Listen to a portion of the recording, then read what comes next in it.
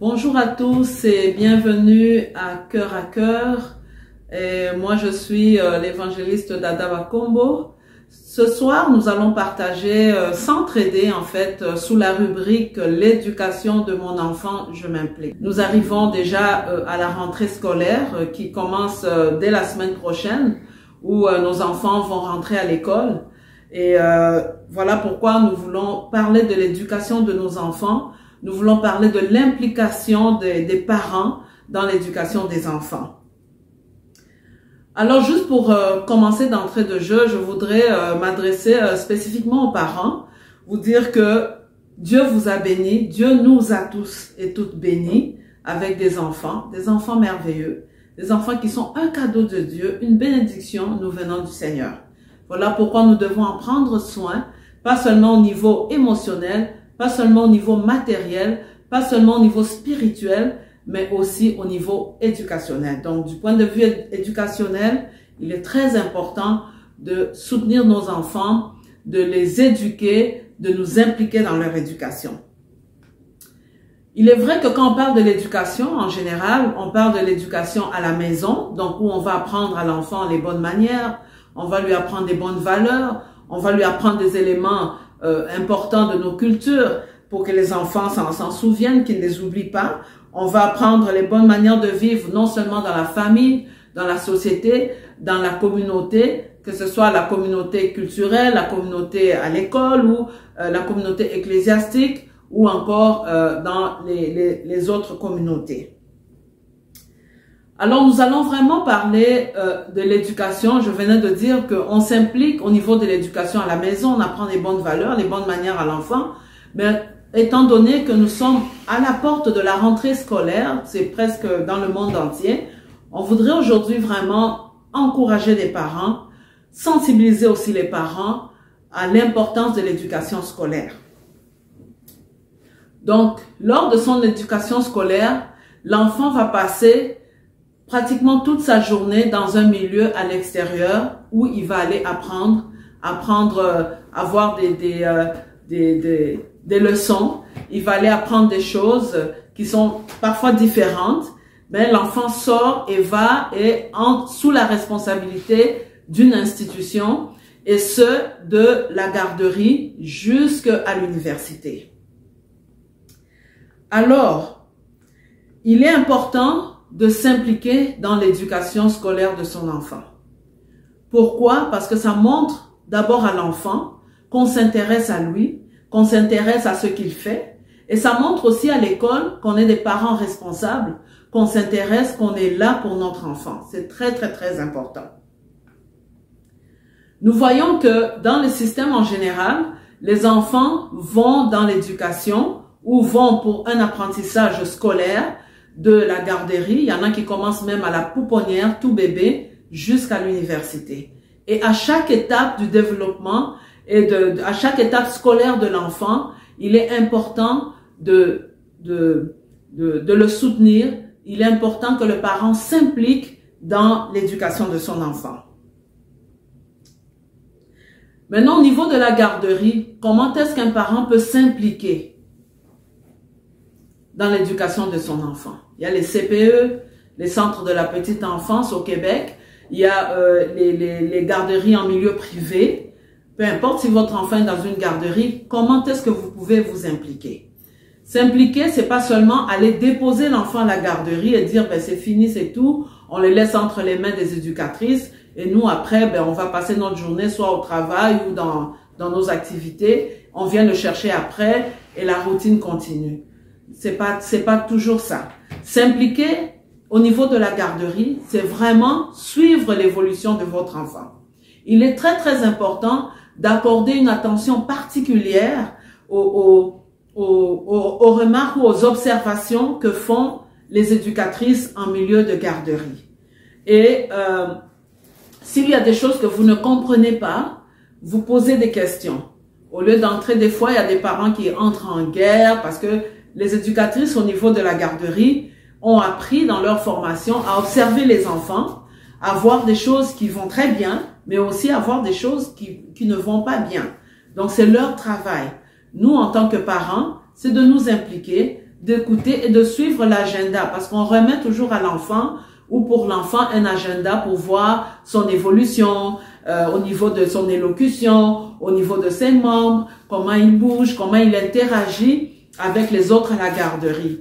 Donc, c'est important pour les parents de s'impliquer et de suivre l'évolution de l'enfant, ne pas juste aller laisser l'enfant comme ça à la garderie et partir et faire une routine de tous les jours comme ça, sans pour autant suivre l'évolution, les observations faites au niveau de la garderie. Quand l'enfant quitte la garderie, il commence l'école primaire. Il y en a qui vont commencer par la maternelle, soit à la garderie ou dans une école primaire. Et là, c'est une nouvelle étape pour l'enfant. Et l'enfant, à ce niveau, c'est important de suivre encore l'évolution de l'enfant. Là, l'enfant a un agenda. Il a aussi autour de lui beaucoup de ressources qui vont suivre son évolution. Donc, c'est important de s'impliquer, d'aller dans les rencontres. Quand vous êtes convoqué, papa, maman, dans les rencontres avec le professeur de l'enfant à l'école primaire, c'est important d'y aller. On sait que ça peut arriver que papa travaille ou que maman travaille, mais c'est très, très, très important de se libérer, de prendre un congé au travail.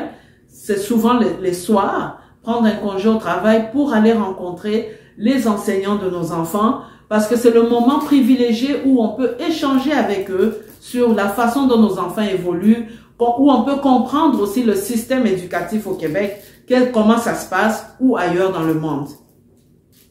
Donc, c'est important au niveau de l'école primaire de s'impliquer, d'encourager aussi l'enfant, de vérifier que les devoirs sont faits. Pour la vérification des devoirs ou pour encourager l'enfant, on n'est pas obligé d'avoir un doctorat, on n'est pas obligé d'avoir un bac, on n'est pas obligé d'avoir une maîtrise ou un diplôme collégial. Même si vous avez une faible littératie, ne vous stressez pas avec ça. Vous pouvez voir dans le devoir de l'enfant qu'il y a des parties, par exemple, qui sont vides. Et vous pouvez poser des questions à l'enfant pour lui demander mais pourquoi il les a pas remplies. Et si l'enfant ne comprend pas, il y a toutes les ressources. Vous pouvez parler avec l'école pour dire, il y a des choses que l'enfant ne comprend pas, est-ce que vous pouvez l'aider? Donc, ne laissez pas les choses... En fait, ne pas laisser l'enfant aux mains seulement du système éducatif. En tant que parent, s'impliquer aussi dans l'éducation scolaire de son enfant. Et là, nous arrivons à l'école secondaire. À l'école secondaire, c'est l'adolescent qui va dans un monde nouveau avec des personnes beaucoup plus âgées que lui ou qu'elle. Et là, il y a des apprentissages qui sont différents. Donc, les apprentissages vont vraiment du général au spécifique. Et c'est à partir de l'école secondaire, quand notre enfant termine l'école secondaire, qu'il peut commencer à s'orienter pour sa profession, pour ses études futures ou sa profession future ou un programme qu'il veut faire au collège ou à l'université. Donc, c'est important de voir ça avec l'enfant, de voir ce qu'il veut faire, s'impliquer dans l'éducation scolaire de son enfant au secondaire, c'est de parler beaucoup avec l'enfant, d'échanger beaucoup avec l'enfant, votre adolescent, bien sûr, de lui demander ce qu'il y a, ce qui va pas, ce qui marche pas. C'est sûr que on reçoit beaucoup des feedbacks de l'école.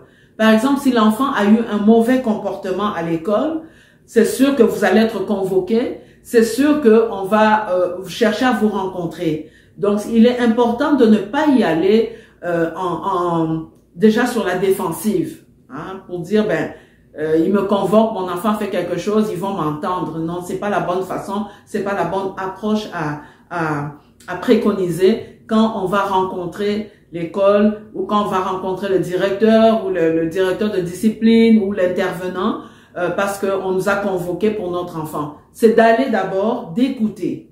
Par la suite, ce qu'il faudrait faire, chers parents, c'est pas après de punir l'enfant tout de suite. Écoutez aussi votre enfant. Écoutez votre enfant, écoutez aussi sa version des faits et après, vous tirez une conclusion par rapport à ça. C'est très, très important que l'enfant se sente écouté. Qu'il ait tort ou qu'il ait raison à l'école, c'est important qu'il se sente écouté par ses parents. Et dites-vous bien que vous connaissez votre enfant beaucoup plus que les professeurs et les intervenants que l'enfant voit quelques heures à l'école. Donc, c'est beaucoup d'heures, c'est une journée, le jour, mais vous connaissez votre enfant beaucoup mieux. Donc, c'est très, très important de parler avec l'enfant, de revenir avec lui sur ce qui se passe.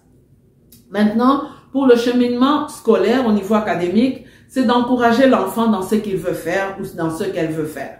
Si l'enfant vous dit, ben moi, je compte faire des maths fortes ou les sciences fortes, parce qu'au cégep, je veux faire par exemple les sciences pures ou les sciences de la santé, je veux aller en médecine, ben, encouragez votre enfant à le faire et ça sera une très bonne chose. Donc, s'impliquer, c'est vraiment l'encourager au secondaire, l'écouter aussi, prendre beaucoup de temps pour écouter nos adolescents. C'est très, très, très important parce que cette période au secondaire est une période où les choses peuvent passer ou casser. Donc, c'est très, très, très important. On a déjà fait des émissions, on a parlé sur le développement des enfants et écouter les enfants au secondaire, c'est très important parce que ça leur montre que on est là, on s'implique. Et il y a des rencontres très importantes au secondaire qui sont, je pense, semestrielles. Les rencontres qu'on appelle les rencontres parents-prof ou parents-enseignants. C'est très, très, très important, chers parents, d'aller dans ces rencontres-là. Parce que ça vous permet de rencontrer chaque professeur de votre enfant. Le prof de maths, le prof de français, le prof de sciences, le prof d'éducation physique, tous les professeurs de vos enfants, vous les rencontrez, vous échangez avec eux. Et c'est très important quand vous rencontrez les enseignants de vos enfants, de vanter les mérites de vos enfants. Même si on vous dit, bon, là, votre enfant, votre fils ou votre fille a des lacunes en mathématiques, voici ce que nous, on préconise, ce qu'on veut faire, ou voici les interventions. C'est important que vous parliez en bien de votre enfant avec son enseignant. Hein, ne pas venir parler négativement de son enfant, ça, ce n'est pas une bonne chose. Parlez en bien de vos enfants, ce sont vos enfants, et montrez combien vous avez l'espoir pour vos enfants qui sont capables et qui vont s'en sortir, et comment est-ce que vous voulez tellement que vos enfants réussissent leurs études secondaires.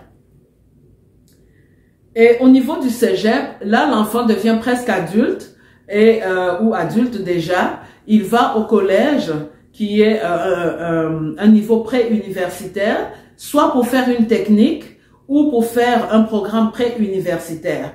En ce moment-là, l'enfant a déjà fini son école secondaire, il va au collège, il a fait ses choix de cours. Donc là aussi, c'est sûr que l'enfant est plus autonome parce qu'il fait ses choix. Mais en tant que parent, ce que nous devons faire, c'est vraiment d'écouter l'enfant, de suivre ce qu'il fait, de s'intéresser à ce qu'il fait, même de poser des questions. Si votre enfant décide de faire, par exemple, je sais pas, les sciences de la santé, les soins infirmiers, par exemple, posez des questions. Intéressez-vous à ce que votre enfant fait.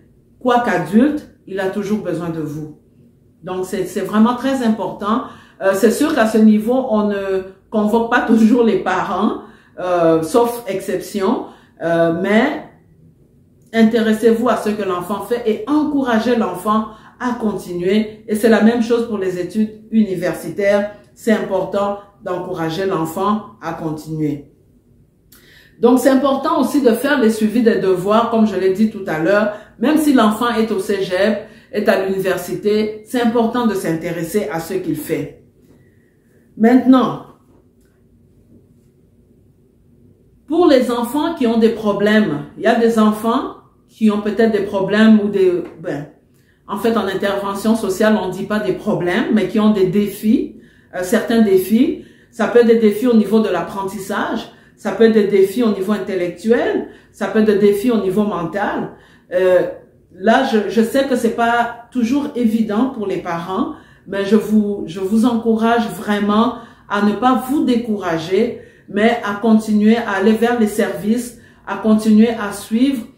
Même si l'enfant n'a pas de défis, mais il peut arriver quelque chose où l'école, que ce soit à l'école secondaire ou à l'école primaire, où on vous convoque, en fait, on vous demande de venir parce qu'on doit faire un plan d'intervention pour aider l'enfant. Donc, un plan d'intervention individuel pour l'enfant où il y aura des objectifs généraux, des objectifs spécifiques, les moyens pour atteindre les objectifs et des échéanciers. Donc, c'est important pour vous, parents, de vous impliquer N'acceptez pas de recevoir juste un plan d'intervention et on vous dit signez ça. Parce que vous devez savoir ce qu'on va faire avec votre enfant. Vous devez être là, vous devez être partie prenante de ce plan d'intervention. Quand on décide le plan d'intervention, vous devez être partie prenante et votre enfant, s'il est adolescent, je pense à partir de la fin de l'école primaire ou au début du secondaire, les enfants ont le droit aussi d'assister lorsqu'on est en train de monter ce plan d'intervention pour eux. Ils ont le droit d'être là. Donc, chers parents, ne soyez pas juste des spectateurs qui signent des documents sans comprendre ce qui se passe. Donc, on ne largue pas nos enfants comme ça à la merci du système éducationnel. Mais nous, en tant que parents, nous sommes partie prenante et nous sommes les premiers éducateurs de nos enfants. D'où notre implication s'avère très, très, très importante. Et si votre enfant a des problèmes au niveau ou des défis au niveau de l'apprentissage, on encourage l'enfant et on continue à montrer à l'enfant qu'il est capable, que Dieu lui a donné des capacités, qu'il est capable d'y arriver. Et aussi de ne pas stresser l'enfant parce que très souvent quand les écoles ou les spécialistes à l'école disent à certains parents que bon, l'enfant a certains défis, il y a beaucoup de parents qui sont dans le déni, ils sont d'abord dans le choc, après ils sont dans le déni, et ils vont toujours constamment combattre le système en faisant quoi? En changeant d'enfant de milieu. Ils vont enlever l'enfant dans cette garderie. Dans la garderie, on a dit que l'enfant avait certains défis. Non, ok, on va dans une autre garderie. L'autre garderie va dire la même chose, on change encore de garderie. Donc, on se combat soi-même en essayant de fuir le problème. Donc, c'est important de faire face au problème, de faire face aux défis de l'enfant, d'aider l'enfant, de s'impliquer et d'être là justement quand il y a des plans d'intervention qui se font, d'être là afin de comprendre, de savoir ce qui se fait avec votre enfant. Donc, la rentrée scolaire est à nos portes. Chers parents, impliquez-vous dans l'éducation scolaire de votre enfant. Ne laissez pas l'enfant complètement à la merci du système éducationnel parce que vous êtes les premiers éducateurs de vos enfants. Impliquez-vous, que ça soit au niveau de la garderie, que ça soit à l'école primaire, que ça soit au collège ou au cégep, que ça soit à l'université. Impliquez-vous à tous les niveaux pour l'éducation et pour l'épanouissement de vos enfants. Donc, l'importance de s'impliquer dans l'éducation de nos enfants, comme je le disais, donc on ne va pas laisser les enfants à la merci du système éducationnel, mais nous, en tant que parents, nous allons nous impliquer. Même si nos enfants ont des défis, même si nos enfants ont certaines lacunes, nous sommes là pour encourager nos enfants et dans la prière, nous allons toujours réussir parce qu'avec Dieu, nous et nos enfants, nous ferons toujours des exploits. Alors, nous allons passer un temps de prière. Nous allons prier pour la rentrée scolaire. Nous allons prier pour nos enfants. Nous allons prier pour que Dieu puisse équiper aussi les parents pour qu'ils soient en mesure de s'impliquer efficacement dans l'éducation scolaire de leurs enfants. Prions ensemble. Éternel Dieu de gloire, nous te prions. Nous venons devant toi, Seigneur, remettre entre tes mains tous ces enfants, Seigneur, qui vont commencer l'école très bientôt, d'ici la semaine prochaine, Éternel notre Dieu. Père de gloire, je viens te prier pour chaque enfant, Seigneur. Seigneur, tu as dit dans ta parole qu'aux jeunes, Seigneur, tu donnes la sagesse, l'intelligence et la connaissance et la science, Éternel notre Dieu. Seigneur, je te prie de même pour nos enfants qui vont commencer l'école, Seigneur Jésus, cette semaine qui vient. Donne-leur la sagesse, l'intelligence, la connaissance et la science, Éternelle. Donne-leur le succès, Éternel notre Dieu, dans ce qu'ils vont faire, Seigneur. Que ce soit à la garderie, Éternelle, que ce soit, mon Dieu, à l'école primaire, à l'école secondaire, au collège comme à l'université, Seigneur. Accompagne nos enfants, Seigneur. Je prie, Seigneur, pour les enfants qui ont des défis spéciaux, Éternel, mon Dieu, mon roi. Merci, Seigneur, parce que je sais que tu es le Dieu capable, Seigneur, de faire réussir nos enfants. Peu importe les défis qu'ils ont, Éternel, mon Dieu. Seigneur, je remets les parents entre tes mains. Merci parce que tu les équipes, Éternel, mon Dieu. Merci parce que tu les équipes, Seigneur, pour qu'ils puissent s'impliquer efficacement, Seigneur, dans l'éducation de leurs enfants.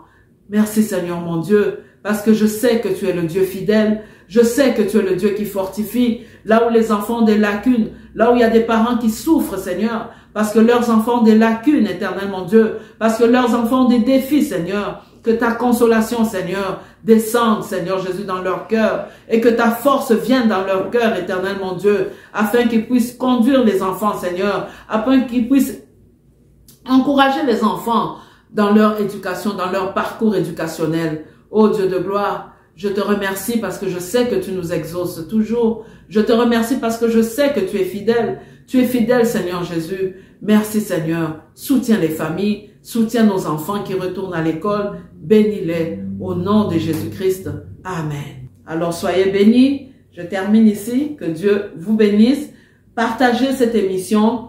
Mettez vos pouces, likez, partagez avec les parents, partagez avec tous vos contacts parce que l'éducation de nos enfants, nous voulons tous et toutes nous impliquer. Merci, que Dieu vous bénisse.